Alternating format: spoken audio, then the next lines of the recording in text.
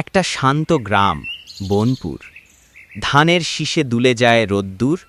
সকালে মুরগির ডাক আর গরুর ঘণ্টার আওয়াজে ঘুম ভাঙে গ্রামের। মানুষগুলো সরল, পরিশ্রমী। গ্রামের মাঝখানে একটা বড় পুকুর। বিকেলে ওখানেই সবাই বসে গল্প করে, কেউ জাল ফেলে মাছ ধরে, কেউ বা খালি পায়ে হেঁটে যায় মন্দিরের দিকে। এই বনপুরেই থাকত রঘু, এক দরিদ্র কিন্তু দয়ালু কৃষক। ছোট্ট একটা কুঁড়ে ঘর, মাটির চুলা। বউ মারা গেছে বহু বছর আগে।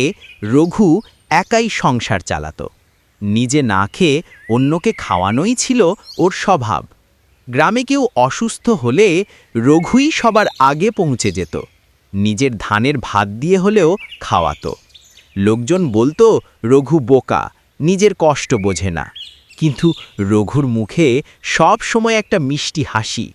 সে বলতো, মানুষ যদি মানুষকে না সাহায্য করে তবে এই মাটিতে বাঁচার মানে কি? একদিন দুপুরে রঘু গেল জঙ্গলে শুকনো ডাল কাটতে। আকাশে রোদটা কেমন ম্লান, পাখিরা চুপচাপ।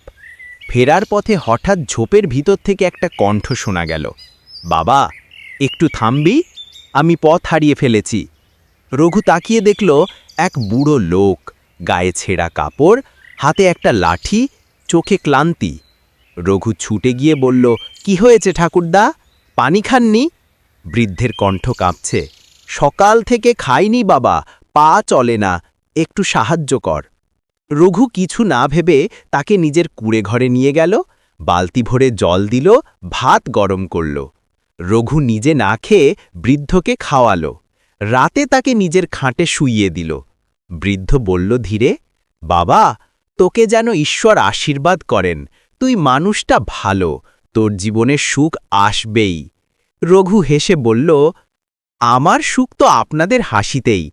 পরদিন সকালে বৃদ্ধ লোকটা চুপচাপ চলে গেল, শুধু দরজার কাছে রেখে গেল একটা শুকনো বেল পাতা, যেন আশীর্বাদের নিদর্শন। দিন কেটে গেল। রঘু আবার নিজের মতো কাজ করত। বৃষ্টি হোক বা রোদ, মাঠে যেত নিয়ম করে। কিন্তু জীবনে খুব কষ্ট চলছিল। ধান ভালো ফলছে না, পেট চালানোই মুশকিল। তবু রঘু থামেনি, অন্যকে সাহায্য করতই। একদিন হঠাৎ গ্রামের ঘোষক এসে বলল, সরকার থেকে খবর এসেছে, নতুন প্রকল্পে 10 জন কৃষককে জমি দেওয়া হবে। গ্রামের সবাই উত্তেজিত, সবাই চাই নিজের নাম উঠুক। রঘু তখনও শান্ত, সে জানে তার ভাগ্যে এমন কিছু সাধারণত জোটে না। 3 দিন পর তালিকা এলো। 10 জন কৃষকের নামের মধ্যে প্রথম নাম রঘু মণ্ডল। পুরো গ্রাম অবাক, সবাই রঘুর ঘরে ছুটে এলো। রঘু, তুই তো সেই ভাগ্যবান, তোর জমি হবে পুকুরের পাশের উর্বর মাটিতে। রঘু হতভম্ব, সে তো কোনো আবেদনই করেনি ঠিকঠাকভাবে, তবু নাম এলো কেমন করে? কিছুদিন পর অফিসের এক লোক গ্রামে এলো, বলল, রঘুমণ্ডল, তোমার নাম আমরা বিশেষ সুপারিশে লিখেছিলাম। 3 মাস আগে তুমি এক বৃদ্ধকে সাহায্য করেছিলে, মনে আছে? রঘু বিস্ময়ে বলল, হ্যাঁ, কিন্তু উনি তো পথভোলা মানুষ ছিলেন। অফিসার হেসে বলল, না রঘু, উনি আসলে আমাদের পরিদর্শক অফিসার ছিলেন। গোপনে গ্রাম ঘুরে মানুষ চিনতেন।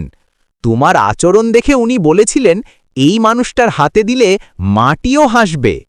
রঘু স্তব্ধ, চোখ ভিজে উঠল।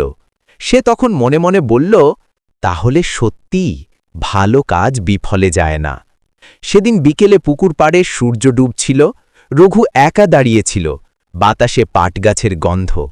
পুকুরের জলে তার মুখটা ঝিলিক মারছিল, চোখে জল, মুখে হাসি। সে ধীরে বলল, মা মাটি, আমি তো কিছু চাইনি, কিন্তু তুই দিস শুধু সেইটুকু যেটুকু প্রয়োজন। দূরে গ্রামের ছেলেরা খেলছিল। রঘু তাদের দিকে তাকিয়ে হাসল। তার মনে হল পৃথিবীর সবচেয়ে বড় ধন হল একটা ভালো মন, যে নিঃস্বার্থভাবে অন্যের পাশে দাঁড়ায়। আর বনপুরের মানুষ আজও বলে, যে সাহায্য করে সে কখনো একা থাকে না। রঘুর নাম আজও এই মাটিতে গন্ধের মতো ছড়িয়ে আছে।